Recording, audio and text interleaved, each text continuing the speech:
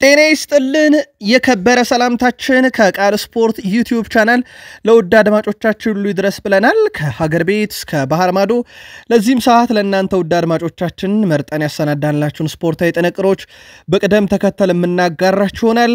እስከ ፕሮግራማችን ፍጻሜ ዛሬም ቆዩ። ላይክ እያደረጋችሁ አበረታቱን። እንደዚሁ ቤተሰቡን ካሻችሁ ሰብስክራይብ ማድረግ ይቻላል።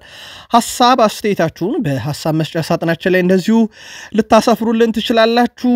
በዚህኛውም ጥንቅራችን የሀገር ቤት በርከት ያሉ መረጃዎችን ይዘንላችኋል። በተለይም በአንድ ስቴዲየም የተቆጠረውን 17 ግብ እናነሳለን። አንድ ተጫዋች 5 ግብ ያስቆጠረችበት ጨዋታ በኢትዮጵያ ምድር የተከሰተ ነው። ታደምጡታላችሁ። በባህር ማዶ መረጃዎቻችን በርከት ያሉ አዳዲስ ጥንቅሮችን ይዘንላችኋል። በተለይም ከጀርመን አካባቢ አሰልጣኝን መልቀቅ በተመለከተ ማረጋገጫ ተሰጥቷል። ዛሬ የሊዮኔል አንድሬስ ሜሲ ሪካርድ አብቅቶለታል። በላሊጋውም በዛሬው ዕለት ነው ያበቃለት። ከዛ በተጨማሪ በላሊጋውም ወሩ የሪያል ቤትስ ነበር ማለት ይቻላል። ባየር ሙኒክን እናነሳለን። ሃሪኬን አሁንም ግብ ማስቆጠሩን ቀጥሏል። የገጠማቸውን ክለቦች በሙሉ በቡንደስሊጋው ግብ አስቆጥሮባቸዋል። ክሪስታል ፓላስ ወደ ክራቨን ኮቴጅ ሄዶ 3-0 አሸንፈዋል። ትልቁ ውጤት ነው። ይህ በምስሉ ላይ የምትመለከቱት ዣን ፊሊፔ ማቴታ ነው። በኤፍኤ ካፕ ተጎዳ፣ በኤፍኤ ካፕ ተመለሰ፣ ቡድኑም ድል አደረገ። የጨዋታው ልዩነት ፈጣሪ ኢብሪቼ ኢዜን በልዩ መንገድ እናነሳዋለን። አሰልጣኙም ኦሊቨር ግላስነር እጅግ በጣም አነጋጋሪ ቁጥር አላቸው፣ እንመለከተዋለን። በተወዳጁ የእንግሊዝ ፕሪሚየር ሊግ ሌሎችም ክለቦችን የተመለከቱ ወቅታዊ መረጃ አለን። በተለይም ከሲቲ ጋር በተያዘ ፔፕ ጋርዲዮላ የኬቨን ደብሮይናን ቆይታ ምላሽ ሰጥተውበታል። ጆርጅ ፒትሮቪች ንብረትነቱ የቼልሲ ነው፣ ለስትራስቡርግ ይጫወታል። እጅግ በጣም አስደናቂ ግብ ጠባቂ። በቼልሲ መረጃችን ግን ኤዲን ሃዛርድ ስለ ንጎሎ ካንቴ ያለውን እጅግ በጣም አነጋጋሪ መግለጫ ታደምጡታላችሁ። ከዛ ውጪ ወደ ቼልሲ ሬናቶ ቬጋ ይመለሳል። እንደዚሁም ደግሞ ኢስታቪ ዊሊያንን በተመለከተ የሀገሩ ልጅ የቀድሞ ሮናልዶ ያለውን ነገር እናነሳለን። በቼልሲ በኩል አንድ ውሳኔ የሚጠብቀውንም ተጫዋች እንመለከታለን። የሊቨርፑል ባለቤቶች ወደ ገበያ ወጥተዋል። ተጫዋች ሊገዙ አይደለም። ታዲያ ምን ሊገዙ ወጡ? ገበያው ላይ ታደምጡታላችሁ። ለሊቨርፑልያን እጅግ በጣም ጥሩ የሚባለ ሂደት ላይ ናቸው ባለቤቶቹ። ከዛ ውጪ የሊቨርፑልን ቀጣይ 5 ዋንጫ ወሳኝ ጨዋታዎች እንመለከታችኋለን። በማንቸስተር ዩናይትድ በኩል ከጉዳት የተመለሱ በርከት ያሉ ተጫዋቾች አሉ። የበርካቶች ጥያቄ ነው አማደ ዲያሎ፣ እንመለከተዋለን። ለመሆኑ ኢያን ሱቢያሬ ማን ነው? ይህ ኢያን ሱቢያሬ የተባለ ተጫዋችስ ከዩናይትድ ጋር ምን አገናኘው? ጠብቁን። ሌኔሮ በጉዳት ጉዳይ ላይ ተጠይቆ ነበር፣ ምላሽ ይሰጠናል። ዋይኒ ማርክሩኒ እጅግ ስላዘነበት የማንቸስተር ዩናይትድ መለበሻ ቤት ድርጊት የሚለን ነገር አለ። ከዛ ውጪ ከማንቸስተር ዩናይትድ ጋር በተያያዘ ማርቲን ቾዶቢ፣ ራሳቸው አሰልጣኝ ሩበን አሞሪም እናነሳለን። በአርሰናል በኩል ሚኬል ሜሪኖን የተመለከተ አንድ መረጃ ይዘንላችኋል። ዴክላን ራይስም ገና አልጀመርኩት ነገር አለ ባለው ጉዳይ ላይ ታደምጣላችሁ። ልዩ ዜናና የተረጋገጠው ጉዳይ ቡካዮ ሳካ በሪያል ማድሪድ ጨዋታ 100% እንደሚገኝም አርሰናላውያን አረጋግጠዋል። ከታማኝ ምንጮች ያረጋገጥናቸው ተጨማሪ መረጃዎች በአርሰናል በኩል ይዘናል። ታዲያ ላይክ እያደረጋችሁ አበረታቱን። ሐሳብ አስተያየት ካለ በሐሳብ መስጫ ሳጥናችን ላይ እንደ ሁልጊዜው ዛሬም ልታጋሩን ትችላላችሁ። ቤተሰቡን ካሻችሁ ሰብስክራይብ ማድረግ እንዳይረሳ። እንደ ሁልጊዜው ዛሬም አጠራጠር ያሉ ስፖርታዊ ጥንቅሮቻችንን ከሀገር ቤት ነው የምንጀምረው። ሸገር ከተማ ባህር ዳር ከተማን በማሸነፍ በኢትዮጵያ ዋንጫ ለግማሽ ፍጻሜ ማለፋቸውን አረጋገጡ። በኢትዮጵያ ዋንጫ ሩብ ፍጻሜ ጨዋታ ከፍተኛ ሊጉ ተሳታፊ ክለብ ሸገር ከተማ በእርግጥ ቀጣይ ዓመት የፕሪሚየር ሊጉ ተሳታፊ ነው። የፕሪሚየር ሊጉን የዘንድሮን ተሳታፊ ባህር ዳር ከተማን ያሸነፈው። ባህር ዳር ከተማ ጄሮም ፊሊፕ በ7ኛው ደቂቃ ባስቆጠረው ግብ መሪ ቢሆኑም ሸገር ከተማ ሙሉ ቀን ተስፋዬ ባስቆጠረው የ76ኛ ደቂቃ ግብ አቻ መሆን ቻሉ። ጨዋታው ባቻ ውጤት መጠናቀቁን ተከትሎ በተሰጠ መለያ ምት ሸገር ከተማ 4-3 በሆነ ውጤት ባህር ዳር ከተማን በማሸነፍ ሸገር ከተማ ወደ ግማሽ ፍጻሜ ማለፉን አረጋገጠ። እጅግ በጣም አስደሳች ሳምንት ነበረ። መጋቢት 16 ከ4 ቀናት በፊት ለኢትዮጵያ ፕሪሚየር ሊግ መሳተፉን አረጋገጠ ሸገር ከተማ። ማክሰኞ ነበረ ይሄ ዕለተ ቅዳሜ መጋቢት 20 ባህር ዳር ከተማን በመርታት ለኢትዮጵያ ዋንጫ ግማሽ ፍጻሜ ያለፈ። ሳምንቱ ለሸገር ከተማ ስፖርት ክለብ ልዩ ነበረ ማለት ይቻላል። ሌላኛው ለግማሽ ፍጻሜ ማለፉን ያረጋገጠው ሲዳማ ቡና ነው። ሲዳማ ቡና ሀዲያ ሆሳዕናን 3-0 በሆነ ውጤት አሸነፈ። ሶስቱ ግቦች የተቆጠሩት ከ71ኛው ደቂቃ በኋላ ነው።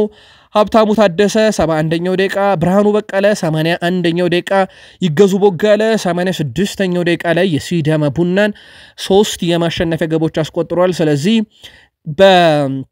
በኢትዮጵያ ዋንጫ እንግዲህ ሸገር ከተማና ሲዳማ ቡና ወደ ግማሽ ፍጻሜ ማለፋቸውን አረጋግጠዋል። 17 ግቦች የተቆጠረበትን ጨዋታ እንመልከት። የኢትዮጵያ ቡና ሴቶች ቡድን በአዲስ አበባ የሴቶች ከፍተኛ ዲቪዚዮን ጨዋታ ጫካ ሜዳን 17-0 ሲያሸንፉ ማርያማዊት ታጠቅ 5 ግቦችን አስቆጠራለች።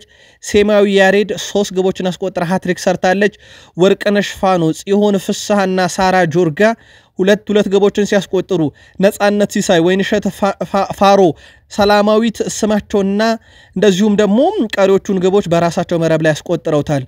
እጅግ በጣም አስደናቂ ነበረ። ማርያማዊት ታጠቅ ያስቆጠረቻቸው 5 ግቦች በዛ ላይ 17-0 የተጠናቀቀና እጅግ በጣም የኢትዮጵያ ቡና የበላይነትን በሴቶች እየተመለከትንበት ጨዋታ ነበረ። ወደ ባህር ማዶ ወዳገኘናቸው ተጨማሪ ስፖርታዊ ጥንቅሮቻችን ደግሞ እንሻገር። በድጋሜ ከቃል ስፖርት ዩቲዩብ ቻናላችን ጋር መልካም ቆይታ ተመኘን። ውድ ቤተሰቦቻችን የጀርመኑ ክለብ ባየር ሌቨርኩሰን ስፖርቲንግ ዳይሬክተር ሲሞን ሮልፌስ አሰልጣኝ ዣቪ አሎንሶ በክለቡ እንደሚቆዩ አረጋግጠዋል። አሰልጣኝ ዣቪ አሎንሶ ቀጣይ ክረምት አሰልጣኝ ካርሎ አንቸሎቲን በመተካት ሪያል ማድሪድን ሊረከቡ እንደሚችሉ ሲገለጽ እንደነበረ ይታወቃል። የባየር ሌቨርኩሰን ኃላፊ ሲሞን ሮልፌስ በበኩላቸው እሱ በባየር ሌቨርኩሰን ይቆያል ሲሉ አረጋግጠዋል። አክለውም ዣቪ አሎንሶ ምንም ነገር እንደሌለ ነግሮኛል፣ እሱ ከኛ ጋር ኮንትራትም አለው፣ ኮንትራቱን ያከብራል። ስለዚህ ቀጣይ ውድድር ዓመትም ዣቪ አሎንሶ የባየር ሌቨርኩሰን አሰልጣኝ ሆኖ ይቀጥላል ብለዋል። በእርግጥ በሩመር ደረጃ ነበር መረጃው ሲወጣ የነበረው። የዚህ ዓመት ሩመር ብቻም አይደለም፣ በባለፈውም ዓመት ጭምር የሪያል ማድሪድ ዋነኛ የካርሎ አንቸሎቲ ተተኪ በፍሎሬንቲኖ ፔሬዝ የታጨው ዣቪ አሎንሶ እንደነበረ ሲነገር ቆይቷል። ፈረንሳዊ የአትሌቲኮ ማድሪድ የፊት ወሰር ተጫዋች አንቷን ግሪዝማን 521ኛ የስፔን ላሊጋ ጨዋታውን አድርጓል። አንቷን ግሪዝማን በሊዮኔል አንድሬስ ሜሲ ተይዞ የነበረውን የውጭ ሀገር ተጫዋች ሆኖ በርካታ የላሊጋ ጨዋታ ማድረግ ሪካርድን አሻሽሎታል። አርጀንቲና 8 ጊዜ ባላንዶር አሸናፊ ተጫዋች ሊዮኔል አንድሬስ ሜሲ 520 ስፔን ላሊጋ ጨዋታዎችን አድርጎ ነበረ። ብዙ የላሊጋ ጨዋታዎችን በማድረግ አሁን አንቷን ግሪዝማን የሌላ ሀገር ዜጎች ሆኖ ማለት ነው በ521 ጨዋታ አንደኛ፣ ሊዮኔል አንድሬስ ሜሲ በ520 ጨዋታ ሁለተኛ፣ ካሪም ቤንዜማ በ439 ጨዋታ ሶስተኛ፣ ኢቫን ራኪቲች በ438 ጨዋታ አራተኛ እና ዳንኤል ቬዝ በ436 ጨዋታ አምስተኛው ተጫዋች ሆነዋል። ስለዚህ እነኚህ ተጫዋቾች በሙሉ ከታች ያሉት በላሊጋው የሉም። አንቷን ግሪዝማን ብቻ ነው ያለው። ስለዚህ ሪካርዱ እየተሻሻለ ይሄዳል በራሱ አንቷን ግሪዝማን ማለት ነው። በግብ ግን ካየን ሊዮኔል አንድሬስ ሜሲ ከግሪዝማን በላይ የላሊጋ ግቦች እንዳሉት ሳይዘነጋ ማለት ነው። ወሩ ለሪያል ቤትስ እጅግ በጣም አስደናቂ ነበር ማለት ይቻላል። ሪያል ቤትስ በወሩ ውስጥ እንግዲህ ባደረጓቸው ጨዋታዎች ባስመዘገቡት ውጤት ምክንያት ፔሌግሪኒ የወሩ ምርጥ አሰልጣኝ ተብለው ሲመረጡ፣ ኤስኮ ደግሞ የወሩ ምርጥ ተጫዋች ተብሎ ተመርጧል። ስለዚህ በምርጥ ተጫዋችም በምርጥ አሰልጣኝነትም ከሪያል ቤትስ ወስደውታል። እጅግ በጣም አስደናቂ የሚባል ጉዞ ላይ ይገኛል ቡድኑ በፔሌግሪኒ ስር። ባየር ሙኒክ እና ሴንት ፖሊን ዛሬ በነበራቸው መርሃ ግብር ላይ የተለያ መለያ ለብሰው ወደ ሜዳ ገብተዋል። ሁለቱ ክለቦች በጨዋታው ዘረኝነትን የሚቃወም ሳምንት ለማሰብ በማሊያቸው ላይ የተለየ ጽሑፍ አድርገው ነው ወደ ሜዳ የገቡት። የቡንደስሊጋው መሪም ባየር ሙኒክ ከሴንት ፖሊ በነበረው ጨዋታ ነው ይህንን ያደረጉት። በሌሎቹ ጨዋታዎች ላይ ግን ስለመደረጋቸው አልተመለከትንም። ሃሪኬንም እንደ ልማዱ 38 በላይ ግቦችን በዚህ ሲዝን በሁሉ መድረክ ያስቆጠረበትን ግብ አስቆጥሯል። 31 ዓመቱ ላይ ይገኛል። በጀርመን ቡንደስሊጋ ከባየር ሙኒክ ጋር የገጠማቸው 19 ቡድኖች ላይ 19ኙም ላይ ግብ ማስቆጠር ችሏል። ሴንት ፓውሊ ላይ ግብ ካስቆጠረ በኋላ የሃሪኬን ጉዞ ዘንድሮ ለዋንጫ እየተንደረደረ ይገኛል። በሁሉ መድረክ ዋንጫዎቹ ላይ እንዳለ ይታወቃል። ዘንድሮ በጣም የተለየ ውድድር ዓመት ነው። ምናልባትም ሃሪኬን ለመጀመሪያ ጊዜ ከዋንጫ ጋር በሚገናኝበት ዓመት ላይ ጎሎቹም እጅግ በጣም ከፍ ያሉ ናቸው። በዝውውር መስኮቱ በስፋት ስሙን እየሰማን የምንገኘው ቤንጃሚን ሼሽኮን በተመለከተ አርቢ ሌይፕዚግ ግን በክረምት እንደሚለቅ ያስነበበው የጀርመኑ ተነባቢ ጋዜጣ ቢልድ በተለይ በዝውውር መስኮቱ ላይ 70 ሚሊዮን ዩሮ ያቀረበ ክለብ ካለ የውል መፍረሻውን ከፍሎ ተጫዋቹን መውሰድ ይችላል ብለዋል። እንደ ጀርመኑ ተነባቢ ጋዜጣ ቢልድ ዘገባ ከሆነ ከአርሰናልና ከማንቸስተር ዩናይትድ በተጨማሪ ኤስ ሚላንና እንደዚሁም የጀርመኑ ኃያል ክለብ ባየር ሙንችን የተጫዋቹ ዋነኛ ፈላጊ መሆናቸው ነው ምን እንደዚሁ ያስነበበው። ውድ ቤተሰቦቻችን ቃል ስፖርት የዩቲዩብ ቻናላችን ላይ ትገኛላችሁ። ከሀገር ቤት እስከ ባህር ማዶ የተመራረጡ ስፖርታዊ ጥንቅሮችን እያጋራናችሁ እንገኛለን። ከተወዳጁ የእንግሊዝ ፕሪሚየር ሊግ ብቻ ወዳገኘናቸው ተጨማሪ ስፖርታዊ ጥንቅሮቻችን እንሻገር። በድጋሚ ላይክ፣ ሰብስክራይብ እና ሼር ማድረግ እንዳይረሳ። በእንግሊዝ ፕሪሚየር ሊግ ጨዋታ የለም ቅዳሜም እሁድም፣ ስለዚህ ጨዋታ ያለው ማክሰኞ ነው። ነገር ግን የኤፍኤ ካፕ መርሃ ግብሮች እየተካሄዱ ይገኛሉ። ክሪስታል ፓላስ ከፉልሃም ክራቨን ኮቴጅ ላይ የነበረ የኤፍኤ ካፕ የሩብ ፍጻሜ ጨዋታ ነበረ። 3-0 በሆነ ውጤት እንግዳው ቡድን ፓላስ አሸንፏል። የክሪስታል ፓላስን የማሸነፊያ ግቦች ኢፕሪቼ ኢዜ 34ኛው ደቂቃ ላይ ያስቆጠረ እጅግ በጣም አስደናቂ ግብ፣ ሳር 39ኛው ደቂቃ ላይ ያስቆጠረ ራሱ ኢፕሪቼ ኢዜ አሲስት አደረገለት። ኒኬታ 75ኛው ደቂቃ ላይ ደግሞ ሶስተኛውን የማሳረጊያ ግብ አስቆጠረ። ክሪስታል ፓላስ ከሜዳ ውጭ ያደረጋቸውን ያለፉት 6 ጨዋታዎች ምንም ግብ ሳይቆጠረበት እንደዚሁ ማሸነፍ ችሏል። ክሪስታል ፓላስ ማሸነፉን ተከትሎ ለእንግሊዝ ኤፍኤ ካፕ ግማሽ ፍጻሜም እንደዚሁ መድረሳቸውን አረጋግጠዋል። ኤዲ ኒኬታ 70ኛው ደቂቃ ላይ ተቀይሮ ገባ በዣን ፊሊፔ ማቴታ። 75ኛው ደቂቃ ላይ ደግሞ ግብ አስቆጠረ። 5 ደቂቃ ብቻ ነው የፈጀበት ሜዳ ላይ ግብ ለማስቆጠር። ዣን ፊሊፔ ማቴታ ጆሮውን እንግዲህ ቀዶ ጥገና ካደረገ በኋላ ሚልዋልን እንዲሁ 3-1 ባሸነፉበት የኤፍኤ ካፕ ጨዋታ ላይ ነበረ ጉዳት ያስተናገደው። ዳግም በኤፍኤ ካፕ ጨዋታ ተመለሰ። ሲመለስ ግን በእንደዚህ አይነት ገጽታ ነበረ ሜዳ ላይ መገኘት እየቻለው።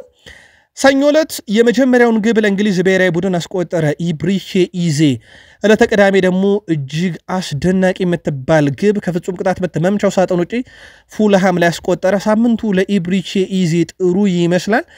ሌላኛው ኦሊቨር ግላስነር ናቸው። ኦሊቨር ግላስነር ክሪስታል ፓላስን ይዘው ባለፉት 13 ጨዋታ 10ኛ ድላቸው ነው 2025 ከገባ በኋላ ማለት ነው።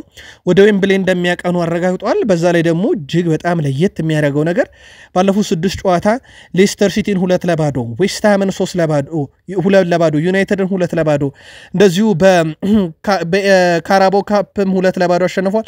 ፉልሃምን በተከታታይ 2-0 እና 3-0 አሸነፉ። በጣም ለየት የሚያደርገው ነገር ታዲያ በእነኚህ 6 ጨዋታዎች መረባቸው አንድም ጊዜ አለመደፈሩ ነው። የኤፍኤ ካፕ መርሃ ግብሮች ለተሁድ ቀጥለው ይካሄዳሉ። እንደተለመደው 90 ሚኒትስም አስቶን ቪላ ፕሪስተንን 2-0 አሸንፎ ወደ ግማሽ ፍጻሜ ያልፋል ሲል በርንማውዝና ማንቸስተር ሲቲ መካከል የሚደረገውን ጨዋታ ማንቸስተር ሲቲ 3-2 በማሸነፍ ወደ ግማሽ ፍጻሜው ማለፍ ይችላል የሚል ምልከታን 90 ሚኒትስ ደግሞ ዛሬ በፊት ገጹ ላይ ይዞት ወጥቷል። በበርካታ የፕሪሚየር ሊግ ክለቦች ይፈለጋል።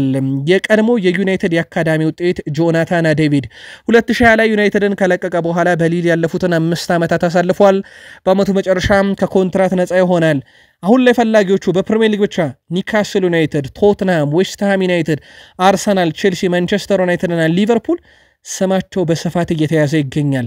ከላሊጋው የስፔኑ ኃያል ክለብ ባርሴሎና ዋነኛ የተጫዋቹ ፈላጊ እንደሆነ ሲዘገብ ነበር። በዛ ላይ ደግሞ ተጫዋቹ ከምርጥ ብቃቱን በተጨማሪ በነፃ የሚገኝ ተጫዋች እንደሆነ ይታወቃልና ፈላጊዎቹ ቁጥር አሁን በርከት እያለ መጥቷል። በቀጣይ ተጫዋቹ መዳረሻውን በተመለከተ በተለይም ከፍራንስ ሊግ መጠናቀቅ በኋላ ለክለቡ ክብር ሲል ይፋ እንደሚያደርግ አስታውቋል።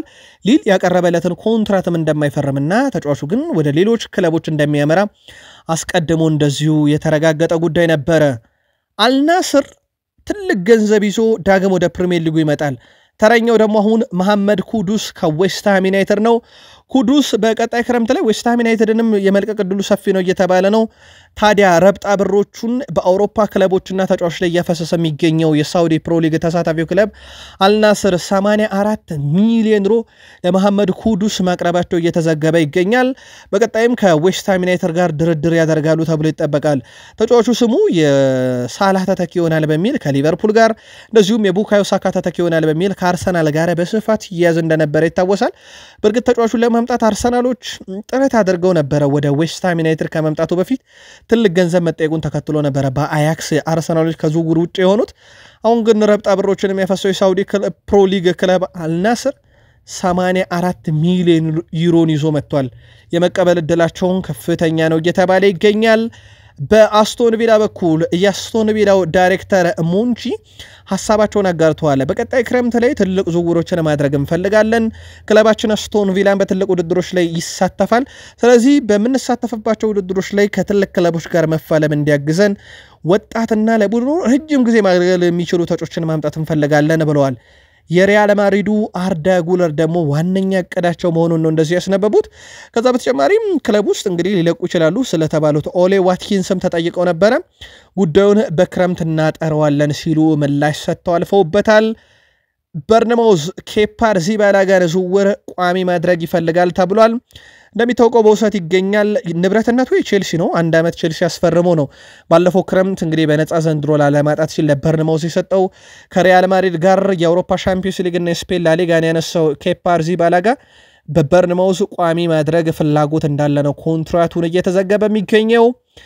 በጉዳት ከሜዳ ርቆ የነበረው የኤቨርተኑ ተጫዋች ኢለማን ኢንዲዬ ወደ ልምምድ መመለሱ ተረጋግጧል። በጣም ወሳኝ የሚባል ተጫዋች ነው ዘንድሮ በኤቨርተን ቡድን ውስጥ። በተለይም ቡድኑ በ2025 ሲሻሻል የዚህ ተጫዋች ሚናም ትልቅ ነበረ። አሁን ተጫዋቹ ከጉዳት መመለሱን ተከትሎ በቀጣይ ዕለተ ረቡዕ በሚደረገው የአንፊልድ ሮድ የመርሳይድ ደርቢ ጨዋታ ላይ በኤቨርተን በኩል ለጨዋታው እንደሚገኝም ተረጋግጧል። አሌክሳንደር ኢሳክ ራሱን ለአውሮፓ እግር ኳስ ያስተዋወቀው በሪያል ሶሴዳድ በኩል ነበር። በተለይም ከ30 ዓመት በኋላ ኮፓ ዴላሬን ሲያሳካ ቡድኑ ቁልፉ ተጫዋች ነበረ። 132 ጨዋታዎችን አድርጓል። ሪያል ሶሴዳድ 132 ጨዋታ አድርጎ 44 ግብና 8 አሲስት ነበረው። በድምሩ በ132 ጨዋታ ወደ 52 የግብ አስተዋጽኦ ነበረው። ኢሳክ በኒውካስል ዩናይትድ ግን ይሄን ቁጥር አሻሽሎታል። ገና በ100 ጨዋታ 58 ግብ አለው፣ 9 አሲስት አለው።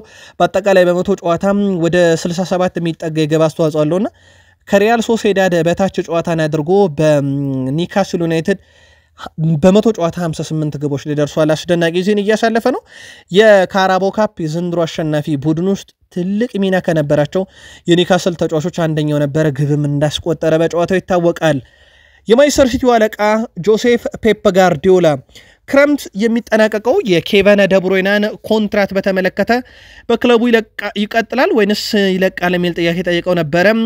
በምላሻቸው በኬቨን እና በወኪሉ መካከል የሚወሰን ይሆናል ብለዋል አሰልጣኝ ፔፕ ጋርዲዮላ። እኔ ካለበት የሥራ ቦታ አንጻር አሰልጣኝነት ማለታቸው ነው። እኛ የምንጨነቀው ስለ ቡድኑ ብቻ ነው እና የውድድር ዘመኑ በተቻለ መጠን የተሻለ ሆኖ ማጠናቀቅ ላይ ትኩረት እናደርጋለን። በኤፍኤ ዋንጫ በፕሪሚየር ሊግና በክለቦች ዓለም ዋንጫ ላይ ለክለቡ ጥሩ ነገር ማምጣትን ማሰብ አለብን፣ ትኩረት የሱ ነው ብለዋል። ግን ይሄ ሁላ ነገር የሚያደርጉት የአውሮፓ ሻምፒዮንስ ሊግ ትኬትንም ለመቁረጥ በሚያደርጉት ጥረት፣ በኤፍኤ ዋንጫ በርነማውዝን ለማሸነፍ በሚያደርጉት ጥረት፣ በዓለም ክለቦች ዋንጫም ለማሸነፍ በሚያደርጉት ጥረት ላይ ወሳኝ ተጫዋች ያስፈልጋቸዋል። ምናልባትም በይፋሳቸው ኬቨን ደብሮይና እንዲቆይ ቢፈልጉ ኖሮ በራሳቸው አንደበት ኬቨን ደብሮይናን ፈልጋለሁ ማለት ይችላሉ። ክለቡም እሳቸው የፈቀዱትን ያቆያል፣ እሳቸው ያልፈለጉትን ይለቃል። ምንም ጥርጥር የለውም። ሚረር ስፖርትስ ኬቨን ደብሮይናና የፔፕ ጋርዲዮላ ህልዋ በቀጣይ ክረምት ማብቃቱ ሳይታለም የተፈታ ነው ብሏል።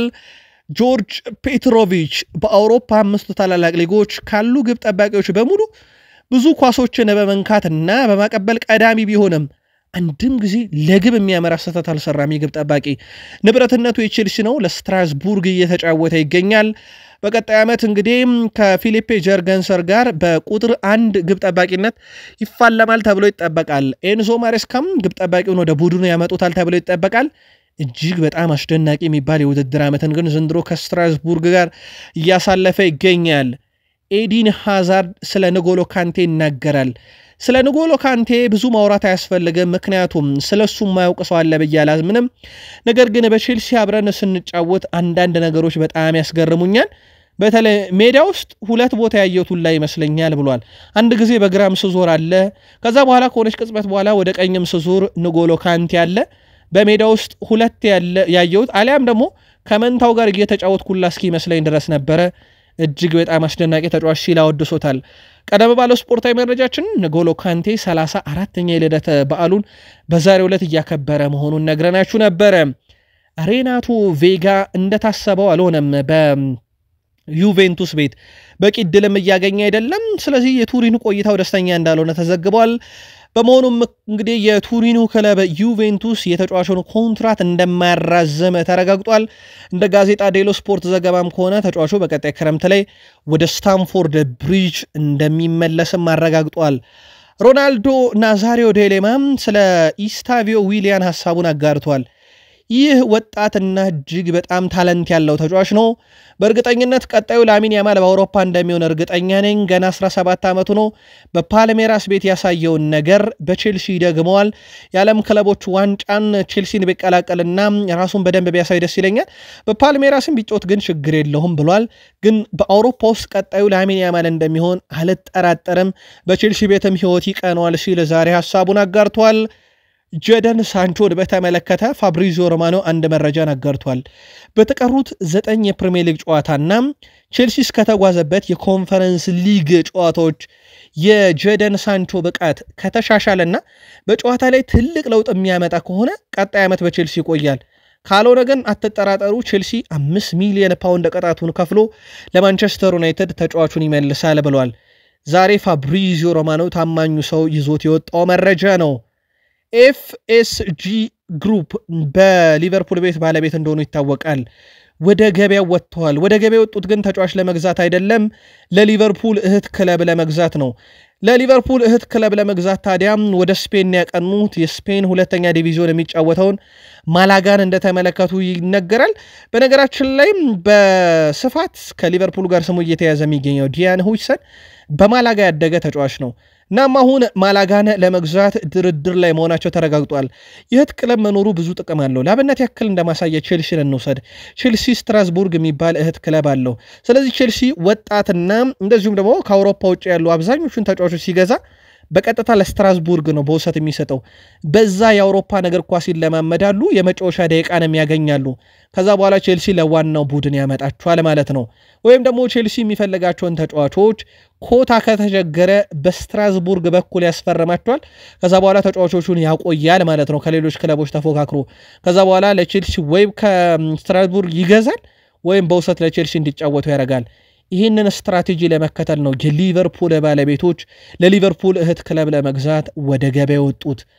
በሊቨርፑል በኩል ቀጣይ ዕለተ ሮብ ኤቨርተንን በአንፊልድ ሮድ፣ ከዛ ፉልሃምን ክራቨን ኮቴጅ፣ ዌስትሃምን አንፊልድ ሮድ፣ ሌስተር ሲቲን ኪንግ ፓወር ስቴዲየም፣ ከዛ ቶትናምን አንፊልድ ሮድ 5 ጨዋታዎች አሉ። እነኛ 5 ጨዋታዎች ያለ ጥርጥር የሊቨርፑልን የፕሪሚየር ሊግ ዋንጫ የመወሰን አቅም አላቸው። የአርሰናል ጨዋታ ውጤት ጎን ለጎን እንደተጠበቀ ሆኖ እነኚህ ጨዋታዎችን አሸንፎ ሊቨርፑል በራሱ ዋንጫውን መወሰን ይችላል ወይ? ሊቨርፑላውያን አጋሩን። የማንቸስተር ዩናይትድ በርከት ያሉ ደጋፊዎች አማድ ዲያሎ መች ወደ ሜዳ ተመልሶ ለዩናይትድ ጨዋታ ያደርጋል የሚል ጥያቄዎችን ስታቀርቡልን ነበር። የማንቸስተር ዩናይትዱ የፊት መስመር ተጫዋች አማድ ዲያሎ ካጋጠመው ጉዳት በጥሩ ሁኔታ ማገገም ላይ መሆኑ ተረጋግጧል። ኮት ዲቫራዊ የማንቸስተር ዩናይትድ ተጫዋች አማድ ዲያሎ ከአንድ ወር በፊት ነበር ከባድ ጉዳት ያጋጥሞት የቀዶ ጥገና ለማድረግ የተገደደው። የ2 ዓመቱ የፊት መስመር ተጫዋች አማድ ዲያሎ በአሁኑ ላይ የውድድር ዓመቱ ከመጠናቀቁ በፊት ወደ ሜዳ እንደሚመለስ ተረጋግጧል። ተጫዋቹ ከአንድ ወር በኋላ ወደ ሜዳ ይመለሳል ተብሎም ሲጠበቅ በተለይም በፕሪሚየር ሊጉ የተወሰኑ ጥቂት ሳምንታትን ሊያገኝ ይችላል። ከዛ ውጪ ማንቸስተር ዩናይትድ በኤሮፓ ሊግ ህልውናውን የሚያስቀጥልም ከሆነ በዩናይትድ ቡድን ውስጥ የግማሽ ፍጻሜ ጨዋታዎች ላይም ሊደርስ የሚችልበት እድል አለ ተብሏል። ለመሆኑ ኢያን ሱቢያሬ ማን ነው? በማንቸስተር ዩናይትድ ዛሬ ስሙን በስፋት የሰማነው ተጫዋች። ማንቸስተር ዩናይትድ አርጀንቲናዊን ተስፈኛ ኢያን ሱቢያሬን ለማስፈረም ፉክክር ውስጥ ገብቷል። በአውሮፓ ዙሪያ ከ13 በላይ ክለቦች ይፈልጉታል፣ የፕሪሚየር ሊግ ክለቦችን ጨምሮ። ኢያን ሱቢያሬ በአውሮፓ ክለቦች ዘንድ ከፍተኛ ግምት የሚሰጠው ተጫዋችም ሆኗል። ወጣቱ አርጀንቲናዊ ተፈጥሮ ግራ አጥቂ ሲሆን በአማካይ ቦታ ላይም ጥሩ የመጫወት ብቃት አለው። በተጨማሪም ለክለቡም ሆነ ለሀገሩ በግራ መስመር ተጫውቷል። በመጨረሻውም የሜዳ ክፍል ላይ ያለው ፈጠራና የኳስ ቁጥጥር ችሎታም በበርካቶች ዘንድ እንግዲህ ተፈላጊነቱን ጨምሯል። በአጠቃላይ በኳስ እንግዲህ ሜዳ ላይ ጎልቶ የሚታይበት አንዱ ተጫዋቹ ከእንቅስቃሴ ጋር በተያያዘ ከኳስ ጋር ጥሩ ምቾት የሚሰማው ነው ተብሏል። ሱቢያሬ በኳስ ቁጥጥር ብልጫና የእግር ኳስ አይኪውም በጣም የተደነቀው ተጫዋች ነው። የአውሮፓ መለማዮችም በብዙ የወደዱ ተጫዋች ነው። ዩናይትዶች ይህን ዝውውር ለማሳካት ከቻሉ ረጅም ጊዜ የሚጠበቅ ትልቅ ግኝት የሚሆንላቸዋል። በዝውውር መስኮቱ ላይ እንግዲህ ከበርካታ ክለቦች ጋር የሚደረገው ፉክክር እንደተጠበቀ ሆኖ ዩናይትድ ቾድ ኦቢ ጄምስ ኦቪየር ሳሙኤል ሉሳሌ ሱኩም ኮኔና በቅርቡ ዲያን ጎሬን ለማስፈረም በግልጽ እንቅስቃሴዎችን ሲያደርግ ተመልክተናልና ወጣት ተጫዋች ላይ ዩናይትድ በደንብ ትኩረት እያደረገ መሆኑን ማሳያ ነው።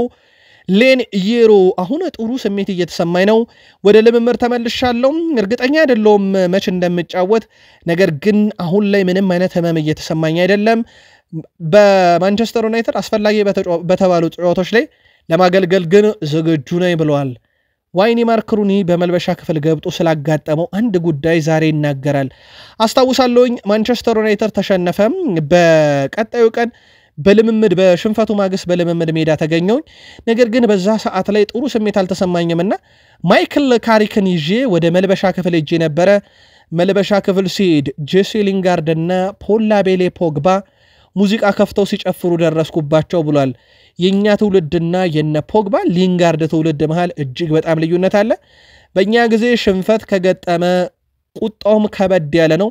በዛ ላይ ደግሞ በልምምድ ማዕከል ላይ በማግስቱ የሚደረጉ ልምምዶችም ጠንከር ያሉና በጣም አደገኛ ቅጣትም የሚያስከትል ነበር ብሏል ዋይኒ ማርክ ሩኒ። ማንቸስተር ዩናይትድ ታይለር ዲቢሊንግን ይፈልጋል። ሳውዝሃምፕተን 100 ሚሊዮን ዩሮ፣ ዩናይትድ እስከ 40 ሚሊዮን ዩሮ መድበዋል በዚህ ዝውውር ላይ። ነገር ግን ዩናይትድ ይህን ተጫዋች ሲያመጣ ሊያጫጉተው የሚችለው በአማድ ዲያሎ አሊያም በአሌሃንድሮ ጋርናቾ ቦታ ነው።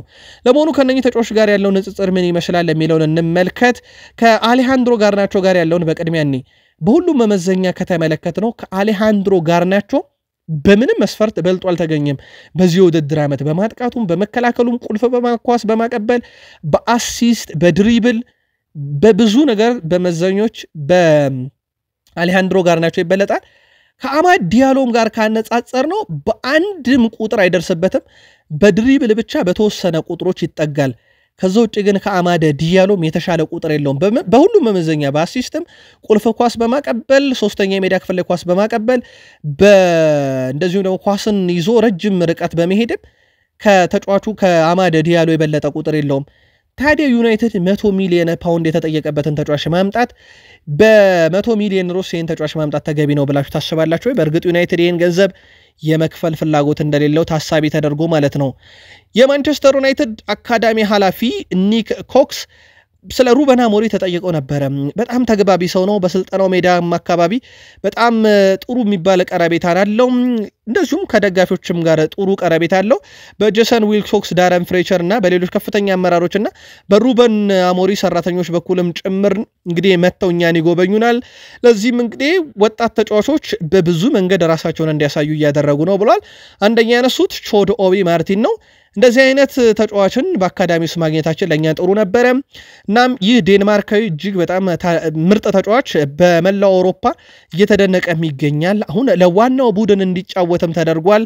በአካዳሚ ቡድን ውስጥም ተጫዋቾች በደንብ እንዲያድጉ እየተደረገ ነው። ለዚህም የሩበን አሞሪም ድርሻ ትልቅ ነው ብለዋል። ከአርሰናል ጋር በተያያዘ ሚኬል ሜሪኖ ከግል አሰልጣኝ ሚጌል አዛንዛ ጋር በክብደት የተሞላ የኳስ ውርወራንና እንደዚሁም የአካል ብቃት ጥንካሬን የሚያጎለበቱ ስራዎችን እየሰራ መሆኑን ተናግሯል። በሀገራት ጨዋታ ወቅት ይህንን ሲያደርግ እንደነበረ ነው የተናገረው። ማይክል አርቴታም በተለይም ተጫዋቾች በሜዳ ላይ እጅግ በጣም ጠንካራ እንድንሆን ይፈልጋል። የአንድ ለአንድ ግንኙነቶችን ተፋልመን እንድናሸነፍ ይፈልጋል። በዚህ ምክንያት እንግዲህ ሰውነታችንን የሚያጠነክሩ የተለያዩ ስራዎችን እየሰራ እንገኛለን። ባለን አካላዊ ብቃትና ተፎካካሪነትም ማይክል አርቴታ ተደንቆብናል ብለዋል። ዴክላን ራይስ የአሰልጣኝነት ፈተናዎችን እየወሰደ እንደሆነ ተጠይቆ ነበረ። ገና አልጀመርኩም፣ ወደ አሰልጣኝነት መግባት እንደምፈልግ አላውቅም፣ ግን በፕሪሚየር ሊጉ እጅግ በጣም ውጥረት በስቷል ብሏል። ውጥረት እየበዛበት ነው ፕሪሚየር ሊጉ እና አሰልጣኝነቱ ደግሞ የበለጠ አስጨናቂ ይሆናል ብዬ አስባለሁ። ግን ማን ያውቃል፣ ምናልባት እንግዲህ አንድ ቀን አሰልጣኝ ልሆን እችላለሁ። ከማይክል አርቴታ ስርም ብዙ ነገር እየተማርኩ ስለምገኝ ብሏል። ዴቪድ ኦርኔስቴ ፋብሪዚዮ ሮማኖን ጨምሮ ታማኝ የሚባሉ የዜና ምንጮች ዛሬ እንዳረጋገጡት ከሆነ የአርሰናል የፊት መስመር ተጫዋች ቡካዮ ሳካ 100% ለጨዋታው ዝግጁ እንደሆነ ተረጋግጧል። ለሪያል ማድሪዱ ጨዋታ ማለት ነው።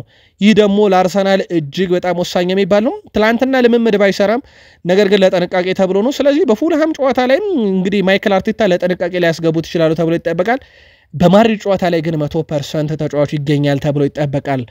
ቃል ስፖርት ዩቲዩብ ቻናል ከሀገር ቤት ከባህር ማዶ ለእናንተ ውድ አድማጮቻችን ለዚህ ሰዓት በተሰማቸው ብለን የመራረጥንላችሁ አጫጭር ስፖርታዊ ጥንቅሮቻችን እነኚህን ይመስሉ ነበረ። ከጥቂት ደቂቃዎች በኋላ እናንተ ውድ አድማጮቻችን ሐሳብ አስተያየቶችን ጨምረን ዕለተ ቅዳሜ ነበሩ ጨዋታዎችን፣ ዕለተ እሁድ የሚደረጉ ጨዋታዎችን አስመልክቶ ሰፋ ያሉ መረጃዎችን ይዘንላችሁ የምንመለስ ይሆናል። እንደ ሁልጊዜው ላይክ አድርጉን፣ ለወዳጅ ዘመዶቻችሁ ሼር ማድረግ እንዳይረሳ፣ ሐሳብ አስተያየታችሁን አጋሩን። ያውን ጥንቅሮቻችን ግን ፍጻሜያቸው እዚህ ጋር ይሆናል። ዳግም እስክንገናኝ ሰናይ ጊዜ